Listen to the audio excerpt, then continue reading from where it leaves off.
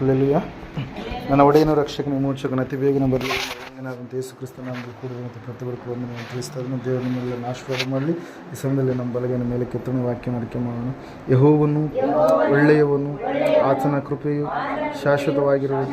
ಯೆಹೋವನು ಒಳ್ಳೆಯವನು, ಆತನ ಕೃಪೆಯು ಶಾಶ್ವತವಾಗಿರುವುದು. ಯೆಹೋವನು ಒಳ್ಳೆಯವನು, ಆತನ ಕೃಪೆಯು ಶಾಶ್ವತವಾಗಿರುವುದು. Amen, amen, amen. Hallelujah. Praise Lord. ಈ ರೀತಿಯಾಗಿ ಒಬ್ಬ ಸೇವಕರು ಒಂದು ಪ್ರಾರ್ಥನೆ ಕೂಟ ಒಂದು ಗ್ರಾಮದಲ್ಲಿ ಇಡಿಸಿದಂಥ ಸಮಯದಲ್ಲಿ ಭಾಳ ಹೊತ್ತಿನವರೆಗೆ ಹಾಡುಗಳನ್ನು ಆಡ್ತಾಯಿದ್ರು. ಭಾಳ ಹೊತ್ತಿನವರೆಗೆ ವಾಕ್ಯವನ್ನು ಅವರು ಹೇಳಿ ಆಯಿತು. ಈ ಸಮಯದಲ್ಲಿ ನಾವೆಲ್ಲರೂ ಪ್ರಾರ್ಥನೆ ಮಾಡೋಣ ಎಂಬುದಾಗಿ ಹೇಳಿದಾಗ ಎಲ್ಲರೂ ಕೂಡ ಮೊಣಕಾಲೂರು ಎಂಬುದಾಗಿ ಅವರು ಹೇಳಿದರು. ಪ್ರಾರ್ಥನೆ ಕೂಡ ದೊಡ್ಡ ಪ್ರಾರ್ಥನೆ ಮಾಡುವಂಥ ಸಮಯದಲ್ಲಿ ನಾವು ನೋಡ್ತಾ ಇದ್ದೇವೆ ಪ್ರಿಯರೇ, ಅಯ್ಯರು ಕಣ್ಣು ತೆರೆಯುವಾಗ ಯಾರು ಕೂಡ ಅವ್ರ ಮುಂದೆ ಇಲ್ಲ. ಅಲ್ಲಿಗೆ ಪ್ರೈಸ್ ಎಲ್ಲರೂ ಕೂಡ ಏನು ಮಾಡಿಬಿಟ್ಟಿದ್ದಾರೆ, ಆ ಸ್ಥಳವನ್ನು ಬಿಟ್ಟು ಹೊರಟು ಹೋಗ್ಬಿಟ್ಟಿದ್ರು, ಮನೆಗೆ ಹೋಗ್ಬಿಟ್ಟಿದ್ರು. ಅಲ್ಲಿಗೆ ಪ್ರೈಸ್ ಆ ಸಮಯದಲ್ಲಿ ಒಬ್ಬ ಅಜ್ಜಿ ಮಾತ್ರ ಅವ್ರ ಮುಂದೆ ಕೂತ್ಕೊಂಡಿದ್ದಾರೆ. ಯಾಕೆ ಕುಂತ್ಕೊಂಡಿದ್ದಾರೆ ಹೇಳ್ರಿ? ಅಲ್ಲೆಲ್ಲ ಕೇಳಿರಲ್ಲ. ಅಲ್ಲೆಲ್ಲ ಪ್ರೈಸ್ ಯಾಕಂದರೆ ಆ ಚಾಪೆ ಯಾರ್ದಾಗಿತ್ತದು? ಅಜ್ಜಿದು. ಆ ಅಜ್ಜಿ ಚಾಪೆ ಆದ ಸಲುವಾಗಿ ಅಜ್ಜಿ ವೇಟ್ ಮಾಡಕತ್ತಾರೆ. ಹಲಲ್ವಿಯಾ. ಪ್ರೈಸ್ ಇಲ್ಲ ಅಂತಂದರೆ ಅಜ್ಜಿ ವೇಟ್ ಮಾಡೋದಕ್ಕೆ ಸಾಧ್ಯ ಇರ್ತಾರಲ್ಲ. ಯಾಕೆ ಈ ವಿಷಯ ಸಂಗತಿಗಳನ್ನು ಹೇಳ್ತಾ ಇದ್ದೀನಿ ಅಂತಂದರೆ, ಸಮಯ ಭಾಳ ಆಗಿದೆ, ಆದರೂ ಕೂಡ ತಾಳ್ಮೆಯಿಂದ ಸಹನೆಯಿಂದ ನೀವೇನು ಮಾಡ್ತಾಯಿದ್ರಿ, ದೇವರ ವಾಕ್ಯ ಸಲ ವೇಟ್ ಮಾಡ್ತಾಯಿದ್ರಿ. ಅದಕ್ಕೆ ಆ ಒಂದು ವಿಷಯ ಸಂಗತಿ ನೆನಪು ಬಂತು ಆಡಾಡುವಂಥ ಸಮಯದಲ್ಲಿ ಅದಕ್ಕೆ ಹೇಳಿರುವಂಥದ್ದು. ಈ ಸಮಯದಲ್ಲಿ ಪ್ರಕಟಣೆ ಪುಸ್ತಕದಲ್ಲಿ ಒಂದು ಮಾತನ್ನು ನಾವು ನೆನಪು ಮಾಡಿಕೊಳ್ಳೋಣ. 4ನೇ ಅಧ್ಯಾಯ 4ನೇ ವಚನ. ಇದಲ್ಲದೆ ಸಿಂಹಾಸನದ ಸುತ್ತಲೂ 24 ಸಿಂಹಾಸನಗಳಿದ್ದವು. ಆ ಸಿಂಹಾಸನಗಳ ಮೇಲೆ ಶುಭ್ರ ವಸ್ತ್ರ ಧರಿಸಿಕೊಂಡಿದ್ದ 24 ಮಂದಿ ಹಿರಿಯರು ಕೂತಿದ್ದರು. ಅವರ ತಲೆಗಳ ಮೇಲೆ ಚಿನ್ನದ ಕಿರೀಟಗಳಿದ್ದವು ಎಂಬುದೇ. ಹಲ್ಲೆಲೂಯಾ. ಪ್ರೇಸ್. ಈ ಒಂದು ಸಾಯಂಕಾಲದ ವೇಳೆಯಲ್ಲಿ ಧ್ಯಾನಕ್ಕಾಗಿ ತೆಗೆದುಕೊಂಡಿರ್ತಕ್ಕಂಥ ಅಂಶ ಏನಂತಂದರೆ, ನಾವು ದೇವರ ಒಂದು ಮುಖ್ಯ ಕೇಂದ್ರವಾಗಿರ್ತಕ್ಕಂಥ ಜೀವಿತವನ್ನು ಜೀವಿಸಬೇಕು. ಹಲ್ಲೆಲೂಯಾ. ಅನೇಕರು ಯಾವುದೋ ಒಂದು ಯಾರನ್ನೋ, ಈಗ ಕೆಲವೊಬ್ಬರು ಜಾಬ್ ಸೆಂಟ್ರೆಡ್ ಲೈಫ್ ಇರುತ್ತೆ, ಕೆಲವೊಬ್ರದ್ದು ಸೋಷಿಯಲ್ ಸೆಂಟ್ರೆಡ್ ಲೈಫ್ ಇರುತ್ತೆ, ಕೆಲವೊಬ್ರದ್ದು ಒಂದು ಲೋಕದ ಆಚಾರ ವಿಚಾರಗಳ ಪ್ರಕಾರವಾಗಿ ತಮ್ಮ ಜೀವಿತಗಳನ್ನು ಅವರು ಜೀವಿಸ್ತಾ ಇರ್ತಾರೆ. ಆದರೆ ದೇವ್ರ ವಾಕ್ಯ ಹೇಳ್ತದೆ, ಸತ್ಯವೇದ ಹೇಳ್ತಾ ಇದೆ, ದೇವರೇ ನಿನ್ನ ಮುಖ್ಯವಾಗಿರ್ತಕ್ಕಂಥ ಕೇಂದ್ರ ಬಿಂದು ಆಗಿರಬೇಕು. ಹಲ್ಲೆಲೂಯಾ. ಪರಲೋಕದಲ್ಲಿ ಯಾವ ರೀತಿಯಾಗಿ ಕ್ರಮ ಇದೆ ಅಂತಂದರೆ, ದೇವರಿದ್ದಾನಂದರೆ ದೇವರ ಸುತ್ತಲೂ ಕೂಡ ಯಾರಿದ್ದಾರೆ? 24 ಜನ ಹಿರಿಯರಿದ್ದಾರೆ. ಅವರು ದೇವರನ್ನು ಯಾವಾಗಲೂ ಕೂಡ ಅಲ್ಲಿರ್ತಕ್ಕಂಥ ದೂತರು ಆರಾಧನೆ ಮಾಡ್ತಾ ಇರ್ತಾರೆ. ಅಲ್ಲಿರ್ತಕ್ಕಂಥ ಹಿರಿಯರು ದೇವರನ್ನು ಆರಾಧಿಸುವಂಥವರಾಗಿರ್ತಾರೆ. ಹೊಸ ಹಾಡುಗಳನ್ನು ಆಡುವುದಕ್ಕಾಗಿ ಹೊಸದಾಗಿರ್ತಕ್ಕಂಥ ವ್ಯಕ್ತಿಗಳಲ್ಲಿ ಏನಾಗ್ತಾ ಇರ್ತಾರೆ, ಪರದೇಶಿಗೆ ಪರಲೋಕಕ್ಕೆ ಸೇರಿಸಲ್ಪಟ್ಟಂಥವರು ಅಲ್ಲಿ ಇರ್ತಾರೆ. ಪ್ರೇರ ಅವರೆಲ್ಲರ ಒಂದು ಉದ್ದೇಶ ಒಂದೇ, ಚಿತ್ತ ಒಂದೇ, ದೇವರೇ ನಮಗೆ ಮೂಲ, ದೇವರೇ ನಮಗೆ ಕೇಂದ್ರ ಬಿಂದು ಎಂಬುದಾಗಿ. ಹಲ್ಲೆಲೂಯಾ. ಪ್ರೇಸ್. ಅದಕ್ಕಾಗಿ ಪ್ರೇರ ಇವತ್ತಿನ ದಿವಸ ಈ ಅಂತ್ಯಕಾಲದಲ್ಲಿ ನಾವು ನೋಡ್ತಾ ಇದ್ದೇವೆ, ದೇವರಿಂದ ಅಗಲಿ ಹೋಗುವಂಥ ಜನರೇ ಜಾಸ್ತಿ ಇರ್ತಾರೆ. ದೇವರಲ್ಲಿ ನಿಲ್ಲಲಾರದೆ, ದೇವರನ್ನು ಮುಖ್ಯವಾದಂಥ ಸ್ಥಾನದಲ್ಲಿ ಇರಿಸಲಾರದೆ, ಲೋಕದ ಜಂಜಾಟದಲ್ಲಿ ಸಿಲುಕಿಕೊಂಡವರಾಗಿ ಏನು ಮಾಡ್ತಾರೆ, ಲೋಕವನ್ನೇ ಹೆಚ್ಚಾಗಿ ಪ್ರೀತಿ ಮಾಡಿ ದೇವರನ್ನು ಕಡಿಮೆಯಾಗಿ ಪ್ರೀತಿ ಮಾಡಿ ಏನು ಮಾಡ್ತಾ ಇರ್ತಾರೆ, ದೇವರಿಂದ ಅಗಲಿ ಹೋಗ್ತಾ ಇರ್ತಾರೆ. ಅನೇಕ ವಿಷಯಗಳು, ಸಂಗತಿಗಳು ನಮ್ಮನ್ನು ಈ ಲೋಕದಲ್ಲಿ ನಾವಿರುವಾಗ ನಮ್ಮನ್ನು ದೂರ ಮಾಡ್ತಾ ಇರ್ತವೆ. ಹಲ್ಲೆಲೂಯಾ.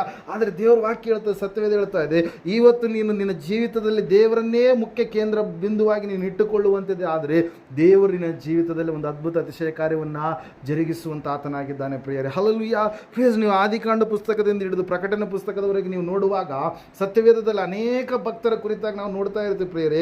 ಯಾವ ಭಕ್ತರು ದೇವರ ಒಂದು ಮುಖ್ಯವಾದಂಥ ಸ್ಥಾನದಲ್ಲಿ ಇಟ್ಟರು, ದೇವರ ವಿಷಯಗಳನ್ನು, ದೇವರ ಒಂದು ಆಜ್ಞೆಗಳನ್ನು, ದೇವರು ಕೊಟ್ಟಿರತಕ್ಕಂಥ ಒಂದು ಆಲೋಚನೆಗಳನ್ನು, ಮಾತುಗಳನ್ನು ಕೈಕೊಂಡು ನಡೆದ್ರು, ಅವರ ಜೀವಿತ ಏನಾಯ್ತು ರೀ, ಪ್ರತಿಯೊಂದು ವಿಷಯದಲ್ಲಿ ಕೂಡ ಇತರರಿಗೆ ಮಾದರಿಕರವಾದಂಥ ಜೀವಿತ ಜೀವಿಸಲಿಕ್ಕೆ, ಆಶೀರ್ವಾದಕರವಾದಂಥ ಜೀವಿತ ಜೀವಿಸಲಿಕ್ಕೆ, ಅವ್ರ ಪ್ರೋತ್ಸಾಹಕರವಾದಂಥ ಜೀವಿತ ಜೀವಿಸಲಿಕ್ಕೆ, ಒಂದು ಒಳ್ಳೆಯ ಲಕ್ಷಣಕರವಾದಂಥ ಜೀವಿತ ಜೀವಿಸಲಿಕ್ಕೆ ಅವ್ರು ಏನಾದ್ರು ರೀ, ದೇವರನ್ನ ಮುಖ್ಯ ಕೇಂದ್ರ ಬಿಂದುವಾಗಿ ಇಟ್ಟುಕೊಂಡ ಕಾರಣಕ್ಕಾಗಿ ಆ ರೀತಿಯಾಗಿ ನಂಬಿಕೆಯಲ್ಲಿ ಅವ್ರು ಏನು ಮಾಡಿದ್ರು, ನಡೆದರು ಪ್ರೇರೆ. ಹಲ್ಲೆಲೂಯಾ. ಪ್ರೇಸರ್. ನೀವು ಅಬ್ರಹಾಮನನ್ನು ತೆಗೆದುಕೊಳ್ಳುವಾಗ ಅಬ್ರಹಾಮನಿಗೆ ಮುಖ್ಯ ಕೇಂದ್ರ ಬಿಂದುವಾಗಿ ಯಾರಿದ್ದಾರೆ? ದೇವರೇ ಇದ್ದಾನೆ ಪ್ರಿಯರೇ. ಹಲ್ಲೆಲೂಯಾ. Praise the Lord. ದೇವರು ವಾಕ್ಯ ಹೇಳ್ತದೆ, ಸತ್ಯವೇದ ಹೇಳ್ತಾ ಇದೆ, ಅಬ್ರಹಾಮನು ನಂಬಿಗಸ್ತನಾಗಿರುವಂಥ ಕಾರಣಕ್ಕಾಗಿ, ಅಬ್ರಹಾಮನು ನೀತಿವಂತನಾಗಿರುವ ಕಾರಣಕ್ಕಾಗಿ, ಅಬ್ರಹಾಮನು ತನ್ನ ಪ್ರತಿಯೊಂದು ಕೆಲಸಗಳಲ್ಲಿ ದೇವರನ್ನೇ ಮುಖ್ಯ ಕೇಂದ್ರ ಬಿಂದುವಾಗಿ ಇಟ್ಟುಕೊಂಡ ಕಾರಣಕ್ಕಾಗಿ ಆತನಿಗೆ ಸೋಲಲ್ಲ, ದೇವರು ಪ್ರತಿಯೊಂದು ವಿಷಯದಲ್ಲಿ ಜಯವನ್ನು ದಯಪಾಲಿಸಿದನು ಪ್ರಿಯರೇ. ಹಲ್ಲೆಲೂಯಾ. Praise the Lord. ಪ್ರಿಯರೇ, ಇವತ್ತಿನ ದಿವಸ ನಾವು ನೋಡ್ತಾ ಇದ್ದೇವೆ, ನಾವು ಏನಾಗಿರಬೇಕು, ದೇವರನ್ನು ನಾವು ಮುಖ್ಯ ಸ್ಥಾನದಲ್ಲಿಟ್ಟು ನಾವು ದೇವರಿಗೆ ನಾವು ಒಂದು ಒಳ್ಳೆಯ ಸ್ಥಾನವನ್ನು ಕೊಟ್ಟು ನಾವು ಜೀವಿಸುವಂಥವರು ಆಗಬೇಕು. ಇವತ್ತಿನ ದಿವಸದಲ್ಲಿ ನಾವು ನೋಡ್ತಾ ಇದ್ದೇವೆ, ಲೋಕಕ್ಕೆ ಕೊಡ್ತಾರೆ, ಮೊಬೈಲಿಗೆ ಕೊಡ್ತಾರೆ, ಟಿ ವಿ ಕೊಡ್ತಾರೆ, ಕುಟುಂಬದಲ್ಲಿ ಕೆಲವೊಬ್ಬರು ಸದಸ್ಯರನ್ನೇ ಹೆಚ್ಚಿನ ರೀತಿಯಾಗಿ ಪ್ರೀತಿ ಮಾಡುವಂಥವರಾಗಿ ದೇವರನ್ನು ಪ್ರೀತಿಸಲಾರದಂತೆ, ದೇವರಿಗೆ ಭಯಭಕ್ತಿ ತೋರಿಸಲಾರದಂತೆ ಜೀವಿತ ಉಳ್ಳವರಾಗಿ ಜೀವಿಸ್ತಾ ಇರ್ತಾರೆ ಪ್ರಿಯರೇ. ಹಲ್ಲೆಲೂಯಾ.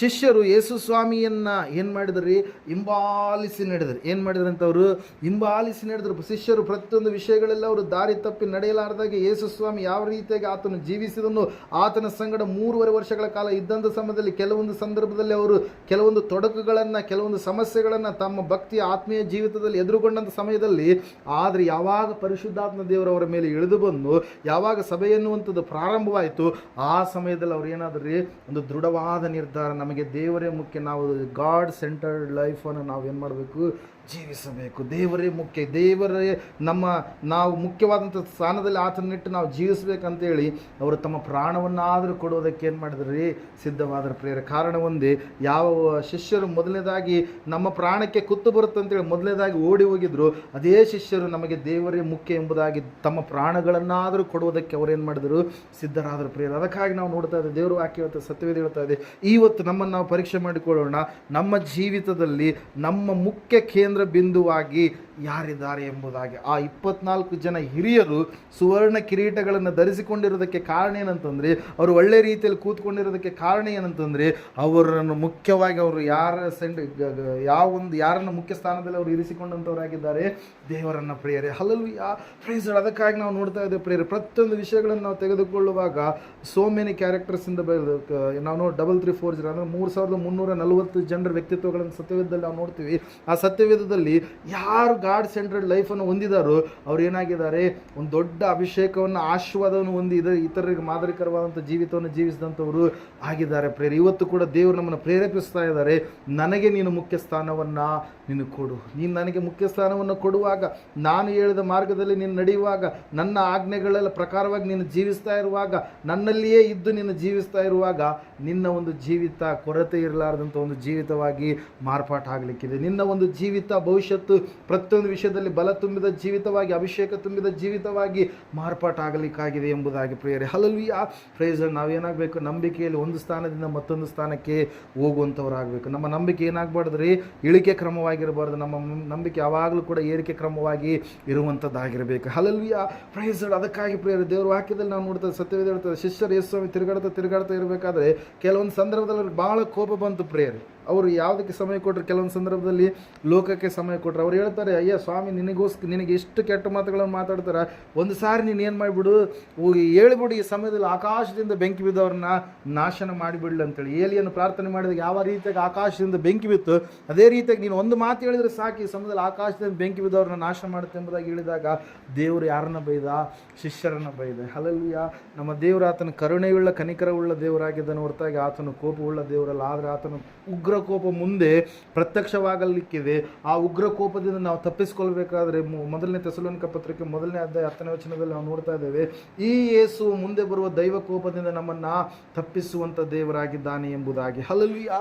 Praise the Lord. ಅದಕ್ಕಾಗಿ ಪ್ರಿಯರೇ, ದೇವರು ವಾಕ್ಯದಲ್ಲಿ ನಾವು ನೋಡ್ತಾ ಇದ್ದೇವೆ, ಸತ್ಯವೇದ ಹೇಳ್ತಾ ಇದೆ ಸ್ಪಷ್ಟವಾಗಿ, ಇವತ್ತು ನಮ್ಮ ಜೀವಿತ ಯೇಸು ಕ್ರಿಸ್ತನಿಗೆ ಆತುಕೊಂಡು ಯೇಸು ಕ್ರಿಸ್ತನನ್ನೇ ಮುಖ್ಯ ಸ್ಥಾನದಲ್ಲಿ ಇರಿಸಿದಂಥ ಜೀವಿತವಾಗಿ ಇರುವಂಥದ್ದೇ ಆದರೆ ಖಂಡಿತವಾಗಿ ಕೂಡ ನಮ್ಮ ಜೀವಿತದಲ್ಲಿ ನಾವು ಏನು ಕಾಣೋದಿಲ್ಲ ರೀ, ಸೋಲನ್ನು ಕಾಣೋದಿಲ್ಲ, ಗೆಲುವನ್ನು ನಾವು ಕಾಣುವಂಥವರು ಆಗಿರ್ತೀವಿ ಪ್ರಿಯರು. ಪ್ರತಿಯೊಂದು ವಿಷಯದ ಮೇಲೆ ದೇವರು ನಮಗೆ ಜಯವನ್ನು ಕೊಡ್ತಾನೆ, ಪ್ರತಿಯೊಂದು ಕಾರ್ಯಗಳ ಮೇಲೆ ದೇವರು ನಮಗೆ ಜಯವನ್ನು ಕೊಡ್ತಾನೆ. ಆತನನ್ನು ಆತುಕೊಂಡು ಯಾರು ಇರ್ತಾರೋ ಅವ್ರು ಯಾರು ಕೂಡ ಕೈ ಬಿಡಲ್ಪಡೋದಿಲ್ಲ ಪ್ರಿಯರೇ. ಹಲ್ಲೆಲೂಯಾ.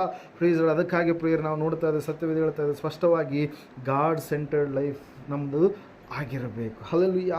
ದೇವರ ಒಂದು ಮುಖ್ಯವಾದಂಥ ಸ್ಥಾನ ದೇವರಿಗೆ ಕೊಟ್ಟು ಆತನಿಗೆ ಒಂದು ಉನ್ನತವಾದ ಸ್ಥಾನ ಕೊಟ್ಟು ನಮ್ಮ ಜೀವಿತವನ್ನು ನಾವು ಜೀವಿಸುವಂಥವರು ಆಗಿರಬೇಕು ಪ್ರಿಯರೇ. ಹಲ್ಲೆಲೂಯಾ.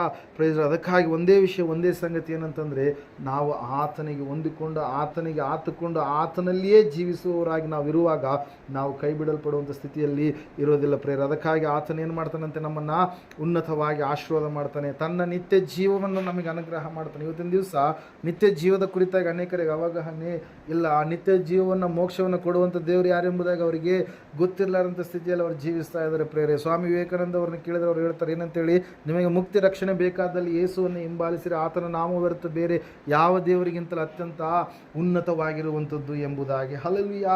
ಎಸ್ ರಾಧಾಕೃಷ್ಣನ್ ಅವರು ಕೇಳಿದ್ರೆ ಅವ್ರು ಹೇಳ್ತಾರೆ, ಈ ಲೋಕವನ್ನು ಕಂಡಿರ್ತಕ್ಕಂಥ ಅತ್ಯಂತ ದೊಡ್ಡ ಗುರು ಯೇಸು ಕ್ರಿಸ್ತನೇ ಆಗಿದ್ದಾನೆ ಎಂಬುದಾಗಿ. ಹಲ್ಲೆಲೂಯಾ. Praise lord.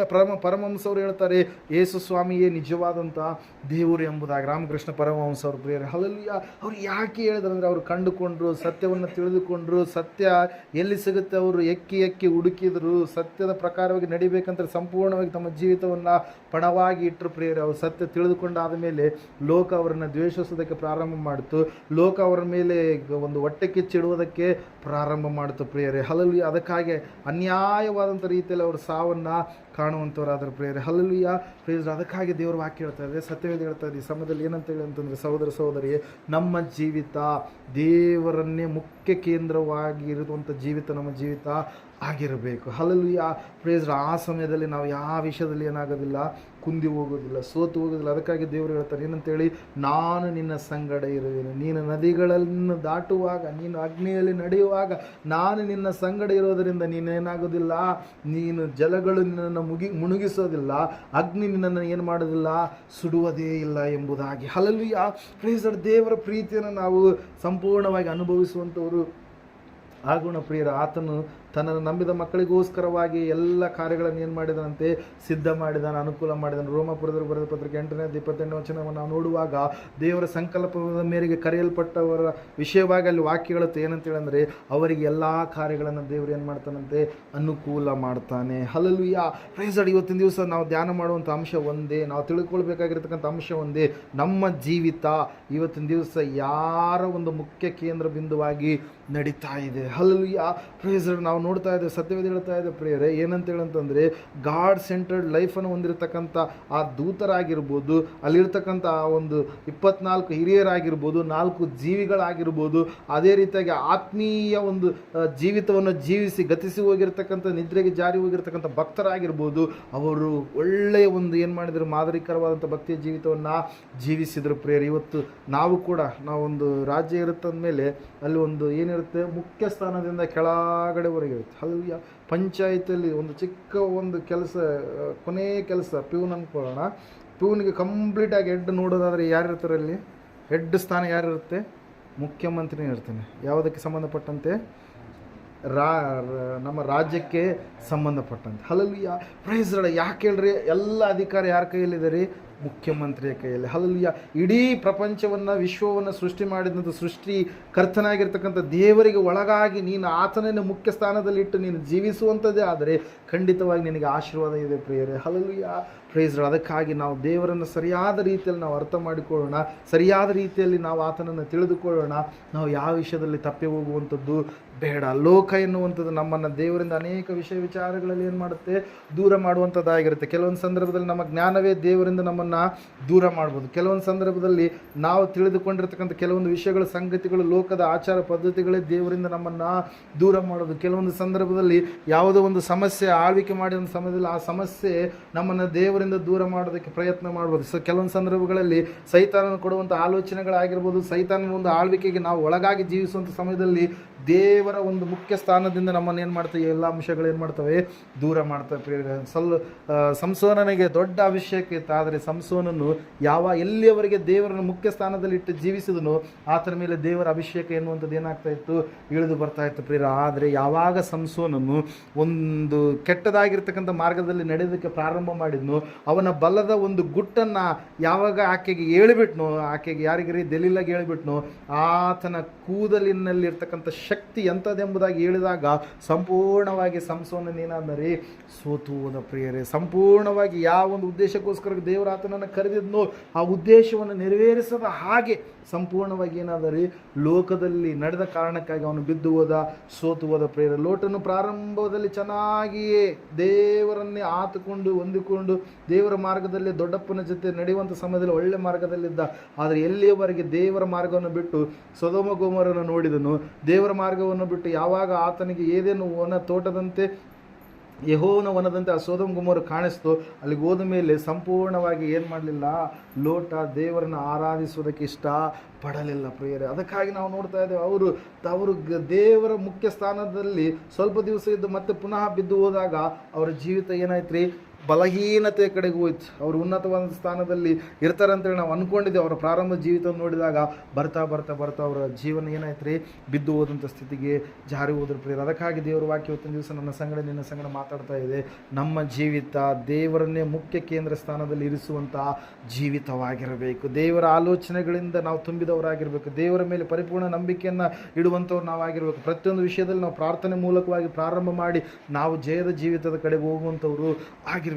ಯಾರು ದೇವರು ಎಂಬುದಾಗಿ ತಿಳಿದುಕೊಂಡಿದ್ದಾದಮೇಲೆ ಆ ದೇವರಿಗೆ ನಾವು ಸಂಪೂರ್ಣವಾಗಿ ವಿಧೇಯರಾಗಿ ನಡೆಯುವಂಥದ್ದನ್ನು ಕಲಿಬೇಕು ಪ್ರಿಯರೇ. ಏಸಪ್ಪ ಹೇಳ್ತಾರೆ, ಲೋಕಕ್ಕೆ ಸವಾಲು ಮಾಡ್ತಾರೆ, ನಿಮ್ಮಲ್ಲಿ ಯಾರ ಹತ್ರ ಪಾಪ ಇಲ್ವೋ ಆ ಕಲ್ಲನ್ನು ಮೊದಲನೇದಾಗಿ ಎತ್ತಿ ನೀವೇನು ಮಾಡಿರಿ ಆಕ್ರಿ ಎಂಬುದಾಗಿ. ಯೋಹನ್ ಬರೆದ ಸುವಾರ್ತೆ 8ನೇ ಅಧ್ಯಾಯದಲ್ಲಿ ಅದ್ರ ಕುರಿತಾಗಿ ನಾವೇನು ಮಾಡ್ತಾ ಇರ್ತೀವಿ, ನೋಡ್ತಾ ಇರ್ತೀವಿ. ಮತ್ತೆ ಹೇಳ್ತಾರೆ ಏನಂತೇಳಿ, ನನ್ನಲ್ಲಿ ಯಾರಾದರೂ ಪಾಪ ಇದೆನಾ ಅಂತೇಳಿ ನೀವು ತೋರಿಸ್ಕೊಡ್ರಿ ಅಂತೇಳಿ ಕೇಳಿದಾಗ ಮೊದಲನೇದಾಗಿ ಯಾರು ಕಲ್ಲು ಎತ್ತಿ ಹೋಗಲಿಲ್ಲ, ಆತನ ಎಲ್ಲ ಮನುಷ್ಯರು ಪಾಪಿಗಳಂತೇಳಿ ಗೊತ್ತಾಯಿತು.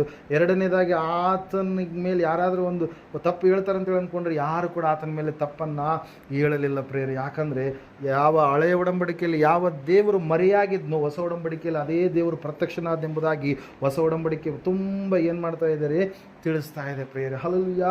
ದೇವರ ಪ್ರತಿರೂಪನು ಯಾರಾಗಿದ್ದಾನೆ, ಯೇಸು ಕ್ರಿಸ್ತನಾಗಿದ್ದಾನೆ. ಅದನ್ನು ಸಂಪೂರ್ಣವಾಗಿ ಅವಗಾಹನೆ ಮಾಡಬೇಕು. ಯಾವ ಆತ್ಮ ಇವತ್ತಿನ ದಿವಸ ಪರಿಶುದ್ಧಾತ್ಮ ದೇವರು ಎಂಬುದನ್ನು ಕರೆಸಿಕೊಳ್ತಾ ಇದೆಯೋ ಅದೇ ಆತ್ಮದ ಕುರಿತಾಗಿ ಸತ್ಯವೇದದಲ್ಲಿ ನಾವು ನೋಡ್ತಾ ಇದ್ದೇವೆ. ಪತ್ರಿಕೆಗಳಲ್ಲಿ ಏನಂತ ಬರಿತಾ ಇದೆ ಅಲ್ಲಿ ವಾಕ್ಯ, ಕ್ರಿಸ್ತನ ಆತ್ಮ ಅಂತೇಳಿ, ಅಂದರೆ ಯೇಸುವಿನ ಆತ್ಮ, ಅದುವೇ ಪರಿಶುದ್ಧ ಆತ್ಮ ಎಂಬುದಾಗಿ ಪ್ರೇರೆ. ಅದಕ್ಕಾಗಿ ಅವೆಲ್ಲವುಗಳನ್ನು ನಾವು ಸರಿಯಾದ ರೀತಿಯಲ್ಲಿ ಏನು ಮಾಡಬೇಕು, ತಿಳಿದುಕೊಳ್ಳುವಂಥವರು ಆಗಿರಬೇಕು. ನಮ್ಮ ಜೀವಿತವನ್ನು ದೇವರ ಕೇಂದ್ರ ಸ್ಥಾನದಲ್ಲಿ ನಮ್ಮ ಜೀವಿತವನ್ನು ನಾವು ಜೀವಿಸುವಂಥದ್ದಾದರೆ ನಮಗೆ ಸೋಲಲ್ಲ, ನಾವು ಜಯವನ್ನೇ ಕಾಣ್ತೀವಿ. ಕೆಲವೊಂದು ಸಂದರ್ಭದಲ್ಲಿ ಮನುಷ್ಯರಾಗಿರ್ತಕ್ಕಂಥ ನಮಗೆ ಶೋಧನೆಗಳು ಬರುವಾಗ ಬಿದ್ದು ಹೋದಂಥ ಸ್ಥಿತಿಯಲ್ಲಿ ನಾವು ಹೋಗ್ತೀವಿ. ಆದರೆ ದೇವರು ವಾಕ್ಯ ಹೇಳ್ತಾ ಇದೆ, ಶಿಷ್ಟನು 7 ಸಾರಿ ಬಿದ್ದರು ಮತ್ತೆ ಏನು ಮಾಡ್ತಾನಂತೆ, ಏಳುವನು ಎಂಬುದಾಗಿ. ಹಲ್ಲೆಲೂಯಾ.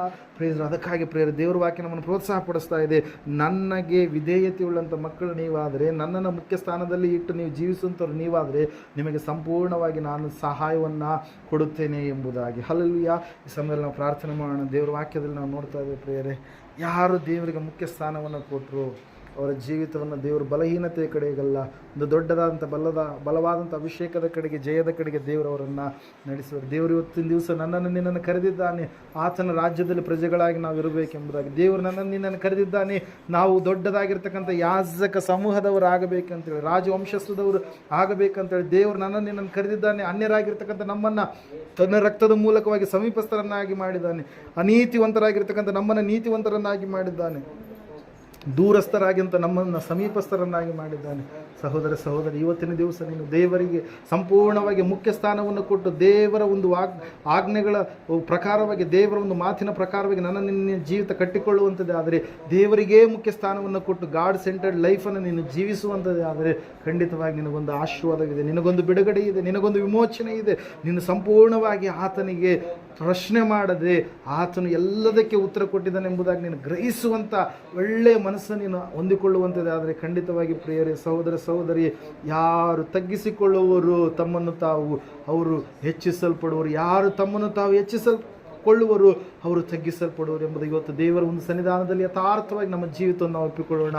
ನಾವು ತಗ್ಗಿಸಿಕೊಳ್ಳುವವರಾಗಿದ್ದೇವಾ, ನಮ್ಮನ್ನು ನಾವು ಹೆಚ್ಚಿಸಿಕೊಳ್ಳುವಂಥವರಾಗಿದ್ದೇವಾ, ದೇವರ ವಾಕ್ಯವನ್ನು ತಪ್ಪಾಗಿ ನಾವು ಅರ್ಥ ಮಾಡಿಕೊಳ್ಳುವಂಥವರಾಗಿದ್ದೇವಾ, ಯಾವ ಒಂದು ವಿಷಯದಲ್ಲಿ ಇವತ್ತಿನ ದಿವಸ ನಮ್ಮಲ್ಲಿ ಬಲಹೀನತೆ ಕಾಣ್ತಾ ಇದೆ, ಸಹೋದರ ಸಹೋದರಿ, ನಮ್ಮ ಜೀವಿತವನ್ನು ಯಥಾರ್ಥವಾಗಿ ದೇವರ ಮುಂದೆ ನಾವು ಒಪ್ಪಿಕೊಳ್ಳೋಣ. ಗಾಡ್ ಸೆಂಟರ್ಡ್ ಲೈಫನ್ನು ಜೀವಿಸಿದಂಥ ಪ್ರತಿಯೊಬ್ಬ ಭಕ್ತನು ಕೂಡ ಉನ್ನತವಾದಂಥ ಸ್ಥಾನದಲ್ಲಿ ಆತನು ನಿಲ್ಲಿಸಲ್ಪಟ್ಟನೆಂಬುದಾಗಿ ವಾಕ್ಯದಲ್ಲಿ ನಾವು ನೋಡ್ತಾ ಇದ್ದೇವೆ. ಆ 24 ಜೀವಿಗಳು ಹಗಲು ಇರುಳು, ಅಲ್ಲಿರ್ತಕ್ಕಂಥ ದೇವದೂತರು ಹಗಲು ಇರುಳು ಆತನನ್ನು ಪರಿಶುದ್ಧನು ಎಂಬುದಾಗಿ ಆರಾಧಿಸ್ತಾ ಇದ್ದಾರೆ. ಅವರ ಜೀವಿತವೆಲ್ಲ ಆಶೀರ್ವಾದಕರ. ಅವರು ದೇವರ ಸಮ್ಮುಖದಲ್ಲಿ, ದೇವರ ಸನ್ನಿಧಾನದಲ್ಲಿ, ಅಗಮ್ಯವಾದ ಬೆಳಕಿನಲ್ಲಿ ಆತನ ಮುಂದೆ ಇದ್ದಾರೆ. ಪ್ರೇರಿ, ಇವತ್ತು ನನ್ನನ್ನು ನಿನ್ನ ದೇವರು ಆ ರೀತಿಯಲ್ಲಿ ನಿಲ್ಲಿಸಬೇಕಂತೇಳಿ ಅಂದುಕೊಂಡಿದ್ದಾನೆ. ಈ ಸಮಯದಲ್ಲಿ ನಮ್ಮ ಜೀವಿತ ಯಾವ ಒಂದು ಕೇಂದ್ರ ಸ್ಥಾನದಲ್ಲಿದೆ, ನಮ್ಮನ್ನು ನಾವು ಪರೀಕ್ಷೆ ಮಾಡಿಕೊಂಡು ಒಂದು ವೇಳೆ ತಪ್ಪಾದ ರೀತಿಯಲ್ಲಿ ಸ್ಥಾನದಲ್ಲಿದ್ದರೆ ಅದನ್ನು ನಾವು ತಿದ್ದಿಕೊಂಡು ದೇವರಿಗೆ ಮುಖ್ಯ ಸ್ಥಾನ ಕೊಟ್ಟು ನಾವು ಆತನಿಗೆ ವಿಧೇಯತೆಯುಳ್ಳವರಾಗಿ ಜೀವಿಸುವಾಗ ಒಂದು ಆಶೀರ್ವಾದಕರವಾಗಿರ್ತಕ್ಕಂಥ ಭಾಗ್ಯಕರವಾದಂಥ ಭಕ್ತಿಯ ಜೀವಿತವನ್ನು ನಾವು ಕಟ್ಟಿಕೊಳ್ಳೋದಕ್ಕೆ ಸಾಧ್ಯವಾಗುತ್ತೆ. ಈ ಸಮಯದಲ್ಲಿ ಪ್ರಾರ್ಥನೆ ಮಾಡಲಾಗುತ್ತೆ. ನಾವು ಏಕೀಭವಿಸೋಣ. ಪ್ರಾರ್ಥನೆ. ಪರಿಶುದ್ಧನು ಮಹೋನ್ನತನ ಸರ್ವಶಕ್ತನಾಗಿರುವ ತಂದೆ ಅಪ್ಪ ದೇವರೇ, ಸ್ತೋತ್ರ ರಾಜ. ಅಪ್ಪ ಕರ್ತನೆ ಸ್ವಾಮಿ, ಬೆಳಗ್ಗೆಯಿಂದ ಇಲ್ಲಿವರೆಗೆ ನಮ್ಮನ್ನು ಕಾಯ್ದು ಕಾಪಾಡಿ ನಡೆಸಿದ್ದಕ್ಕಾಗಿ ಸ್ತೋತ್ರಪ್ಪ. ಕರ್ತನೆ ವಿಶೇಷವಾಗಿ ರಾಜ ಸ್ವಾಮಿ, ಈ ಒಂದು ಸಮಯದಲ್ಲಿ ರಾಜ ಅಪ್ಪ ನಿನ್ನನ್ನು ಆರಾಧಿಸುವ ಭಾಗ್ಯವನ್ನು ಕೊಟ್ಟಿದ್ದಕ್ಕಾಗಿ ನಿಮಗೆ ಸ್ತೋತ್ರಗಳು ಕರ್ತನೆ ಸ್ವಾಮಿ. ಅಪ್ಪ ನಿನ್ನ ಮಗನ ಮುಖಾಂತರವಾಗಿ ಕರ್ತನೆ ನಮ್ಮ ಜೊತೆಗೆ ಮಾತಾಡಿದ್ದಕ್ಕಾಗಿ ನಿನಗೆ ಸ್ತೋತ್ರಗಳಯ್ಯ. ಅಪ್ಪ ಕರ್ತನೆ ನಮ್ಮ ಜೀವಿತದಲ್ಲಿ ಕರ್ತನೆ ಸ್ವಾಮಿ ಕೇಂದ್ರ ಬಿಂದುವಾಗಿ ನಿಮ್ಮನ್ನು ಕರ್ತನೆ ಇಟ್ಟುಕೊಂಡು ನಾವು ಜೀವಿಸುವುದಾದರೆ ಕರ್ತನೆ ನಾವು ಕರ್ತನೆ ನಮಗೆಲ್ಲವನ್ನು ಒದಗಿಸುವ ದೇವರನ್ನು ನಮಗೆ ತಿಳಿಯಪಡಿಸಿದ್ದಕ್ಕಾಗಿ ಸ್ತೋತ್ರಪ್ಪ. ಅಪ್ಪ ಕರ್ತನೆ ಪ್ರತಿಯೊಂದು ಕೆಲಸವನ್ನು ಮಾಡುವಾಗ ಸ್ವಾಮಿ ನಿಮಗೆ ಕರ್ತನೆ ಸ್ವಾಮಿ ವಿಶೇಷ ರೀತಿಯಲ್ಲಿ ಕರ್ತನೆ ನಿಮ್ಮನ್ನು ಮುಖ್ಯವಾಗಿ ಇಟ್ಟುಕೊಂಡು ನಾವು ಮಾಡಿದ್ದೆ ಅದರ ರಾಜ ನಮ್ಮ ಜೀವಿತವೆಲ್ಲ ಜಯದ ಜೀವಿತವಾಗುವುದೆಂಬುದಾದ ರಾಜ ನಮ್ಮೊಟ್ಟಿಗೆ ಸೂಟಿಯಾಗಿ ಮಾತಾಡಿದ್ದಕ್ಕಾಗಿ ನಿಮಗೆ ಸ್ತೋತ್ರಗಳಯ್ಯ. ಅಪ್ಪ ನಿನ್ನ ವಾಕ್ಯವನ್ನು ಮರೆಯದಂತೆ ಕರ್ತನೆ ಅಪ್ಪ ನಮ್ಮ ಜೀವಿತದಲ್ಲಿ ನಿನ್ನ ವಾಕ್ಯಕ್ಕೆ ಒಡಂಬಟ್ಟು ನಿನ್ನ ಚಿತ್ತದಂತೆ ಜೀವಿಸಿ ಅಪ್ಪ ನಿಮಗಾಗಿ ತವಕಪಡುವ ಮಕ್ಕಳಾಗಲಿಕ್ಕಂತೆ ಆ ಪರಲೋಕದ ಕರ್ತನೆ ಸ್ವಾಮಿ ಸ್ಥಾನಕ್ಕಾಗಿ ತವಕಪಡುವ ಮಕ್ಕಳಾಗಲಿಕ್ಕಂತೆ ನಮ್ಮನ್ನು ಆಶ್ರಯಿಸಿ ಬಲಪಡಿಸಿ ಕಾಯ್ದು ಕಾಪಾಡಪ್ಪ. ಅಪ್ಪ ಕರ್ತನೆ ವಿಶೇಷವಾಗಿ ರಾಜ ಅಪ್ಪ ಕರ್ತನೆ ಅಣ್ಣವರ ಕುಟುಂಬವನ್ನು ಆಶೀರ್ವಾದ ಮಾಡ್ಕರ್ತನೆ ಅಯ್ಯ ಕರ್ತನೆ ಸ್ವಾಮಿ ಇವರು ತೋರಿಸುವಂತ ಪ್ರೀತಿ ಆತಿಥ್ಯ ದೊಡ್ಡದಪ್ಪ. ಅಪ್ಪ ಕರ್ತನೆ ಸ್ವಾಮಿ ಇವರಿಗೆ ಕರ್ತನೆ ಸ್ವಾಮಿ ಆಶೀರ್ವಾದದಿಂದ ಕರ್ತನೆ ಎಲ್ಲವನ್ನು ಒದಗಿಸಿಕೊಡ ರಾಜ ಸ್ವಾಮಿ. ಬರತಕ್ಕಂಥ ಪ್ರತಿಫಲ ಕರ್ತನೆ ನೀನು ಒದಗಿಸಿಕೊಡಯ್ಯ. ಅಪ್ಪ ಕರ್ತನೆ ಸ್ವಾಮಿ ಎಲ್ಲರಿಗೂ ಒಳ್ಳೆ ಆರೋಗ್ಯವನ್ನು ಕೊಡ ಕರ್ತನೆ ಸ್ವಾಮಿ. ಅಪ್ಪ ದೀರ್ಘಾಶದಿಂದ ತುಂಬಿಸಪ್ಪ, ಮನೆಯಲ್ಲಿ ಶಾಂತಿ ಸಮಾಧಾನವನ್ನು ದಯಪಾಲಿಸಪ್ಪ. ಅಪ್ಪ ಕರ್ತನೆ ಸ್ವಾಮಿ ಅವರ ಕೆಲಸ ಕಾರ್ಯಗಳಲ್ಲಿ ರಾಜ ಪ್ರಮೋಷನ್ ವಿಷಯದಲ್ಲಿ ನೀನು ಸ್ವಾಮಿ ಸಹಾಯ ಮಾಡಯ್ಯ ಕರ್ತನೆ. ಕೊಟ್ಟಂತ ಮಕ್ಕಳಿಗಾಗಿ ಸ್ತೋತ್ರಪ್ಪ ಕರ್ತನೆ ಸ್ವಾಮಿ. ಆ ಮಕ್ಕಳನ್ನು ಆಶೀರ್ವಾದ ಮಾಡೋ ಕರ್ತನೆ, ಒಳ್ಳೆ ಆರೋಗ್ಯದಿಂದ ತುಂಬಿಸಯ್ಯ. ಜ್ಞಾನ ವಿವೇಕದಲ್ಲಿ ಕರ್ತನೆ ಸ್ವಾಮಿ ಒಳ್ಳೆ ರೀತಿಯಾಗಿ ಆಶೀರ್ವಾದ ಮಾಡಪ್ಪ. ಸ್ಟಡಿ ಲೈಫ್ ಅನ್ನು ಸಕ್ಸಸ್ಫುಲ್ ಜೀವಿತವನ್ನಾಗಿ ನೀನು ಮಾರ್ಪಡಿಸಯ್ಯ. ಅಪ್ಪ ಕರ್ತನೆ ಹಠಮಾರಿತನವೆಲ್ಲ ತೊಲಗಿಸಿ ರಾಜ. ದಿನನಿತ್ಯವೂ ಸ್ಕೂಲ್ಗೆ ಹೋಗ್ಲಿಕ್ಕೆ ನಿನ್ನ ಕರ್ತನೆ ಅವರಿಗೆ ಮನಸ್ಸು ಕೊಡಪ್ಪ ಕರ್ತನೆ. ಅದೇ ರೀತಿ ಕರ್ತನೆ ಸ್ವಾಮಿ ಬಂದಿರುವಂಥ ಅಣ್ಣವರು ಕರ್ತನೆ ಹೆಣ್ಣು ಮಕ್ಕಳು ಕರ್ತನೆ ಮಕ್ಕಳನ್ನು ಆಶೀರ್ವಾದ ಮಾಡ್ಕರ್ತನೆ. ಅವರ ಕೆಲಸ ಕಾರ್ಯಗಳನ್ನು ನೀನು ಇದ್ದುಕೊಂಡು ನೀನು ಸಹಾಯ ಮಾಡಪ್ಪ. ಅವರೆಲ್ಲ ಕುಂದುಕೊರತೆಗಳನ್ನು ನೀಗಿಸಿ ರಾಜ. ಕೊಟ್ಟಂತ ಮಕ್ಕಳಿಗಾಗಿ ಸ್ತೋತ್ರಪ್ಪ. ಅವರ ವಿದ್ಯಾಭ್ಯಾಸವು ಕೂಡ ಕರ್ತನೆ ಒಳ್ಳೆಯ ಸಕ್ಸಸ್ ಆಗಿ ಸ್ವಾಮಿ ಕರ್ತನೆ ವಿದ್ಯಾಭ್ಯಾಸ ಮಾಡುವ ಹಾಗೆ ಒಳ್ಳೆ ಜ್ಞಾನ ವಿವೇಕದಿಂದ ತುಂಬಿಸಿ ಕಾಯ್ದು ಕಾಪಾಡಪ್ಪ. ಎಲ್ಲರೂ ಕರ್ತನೆ ಬಂದಿರುವಂತೆ ಎಲ್ಲ ನಿನ್ನ ಮಕ್ಕಳನ್ನು ಆಶೀರ್ವಾದ ಮಾಡು ಅಪ್ಪ. ಎಲ್ಲರ ಕುಂದುಕೊರತೆಗಳನ್ನು ನೀಗಿಸಿ ಕರ್ತನೆ ಸ್ವಾಮಿ ನಿನ್ನ ಆಶೀರ್ವಾದಗಳಿಂದ ಇವರು ತುಳುಕುವ ಹಾಗೆ ನಿನ್ನ ಅದ್ಭುತ ಕಾರ್ಯವನ್ನು ಇವರು ಜೀವಿತದಲ್ಲಿ ಮಾಡಬೇಕಾಗಿ ನಜರೇತಿನ యేసయ్య ಸ್ವಾಮಿ ಒಂದು ಆರಾಧನೆ ಪ್ರಾರಂಭದಿಂದ ಇಲ್ಲಿವರೆಗೆ ನಡೆಸಿದಕ್ಕಾಗಿ ನಿನಗೆ ಸ್ತೋತ್ರಗಳಯ್ಯ. ಅಪ್ಪ ಕರ್ತನೆ ಮುಂದೆ ಕೂಡ ನಿನಗೆ ಒಪ್ಪಿಸಿಕೊಡುತ್ತಾ యేసయ్య ನಜರೇತಿನ ಯೇಸುವಿನ ನಾಮದಲ್ಲಿ ಎಲ್ಲವನ್ನು ಬೇಡಿ ನಿನಗೆ ಹೊಂದಿದ್ದೇವೆ ತಂದೆ. ನಮ್ಮ ತಂದೆಯಾದ ದೇವರ ಶಾಶ್ವತವಾದ ಪ್ರೀತಿ, ಕುಮಾರನಿಗೆ ಬಂದರೆ ಯೇಸು ಕ್ರಿಸ್ತನ ಶಾಶ್ವತವಾದ ಕೃಪೆ, ಪರಿಶುದ್ಧಾತ್ಮರ ಶಾಶ್ವತವಾದ ಋಣತೆ ನಡೆಸಿ ಅಲಂಕರಿಸಿ ಬಲಪಡಿಸಿ ಕೂಡಿ ಬಂದಿರತಕ್ಕಂಥ ಇವರ ಸಂಗಡಲು ಸಕಲ ಸದ್ಭಕ್ತರ ಸಂಗಡ ಪ್ರಪಂಚದ ಎಲ್ಲ ಮನುಷ್ಯರ ಸಂಗಡಲು ಸದಾಕಾಲ ನೆಲೆಯಾಗಿರಲಿ ಸ್ವಾಮಿ. ಯೇಸು ರಕ್ತಕ್ಕೆ ಜಯ, ಸಕಲ ಪಾಪಗಳು ಲಯ. ಯೇಸು ರಕ್ತಕ್ಕೆ ಜಯ, ಸಕಲ ಪಾಪಗಳು ಲಯ. ಯೇಸು ರಕ್ತಕ್ಕೆ ಸಂಪೂರ್ಣ ವಿಜಯ. ಸಕಲ ಪಾಪಗಳಿಗೆ ಅನಂತ ಕಾಲ ನಾಶನ, ಸಕಲ ರೋಗಗಳಿಗೆ ಅನಂತ ಕಾಲ ನಾಶನ, ಸಕಲ ವ್ಯಾಧಿಗಳಿಗೆ ಅನಂತ ಕಾಲ ನಾಶನ, ಸಕಲ ಬಾಧೆಗಳಿಗೆ ಅನಂತ ಕಾಲ ನಾಶನ, ಸಕಲ ಶಾಪಗಳಿಗೆ ಅನಂತ ಕಾಲ ನಾಶನ. Hallelujah hallelujah hallelujah. ಸ್ತೋತ್ರ ಸ್ತೋತ್ರ ಸ್ತೋತ್ರ. Amen amen. ಇಂಥ